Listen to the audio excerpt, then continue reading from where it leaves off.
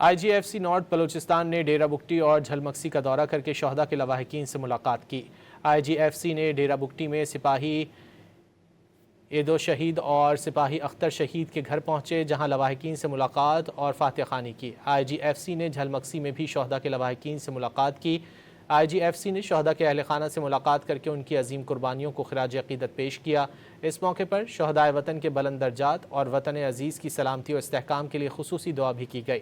شہداء کے لواحقین نے عظیم قربانیوں پر فخر کا اظہار کرتے ہوئے آئی جی ایف سی کی آمد پر شکریہ ادا کیا اور وطن عزیز کے دفاع کے لیے غیر متزلزل عزم کا اعادہ کیا۔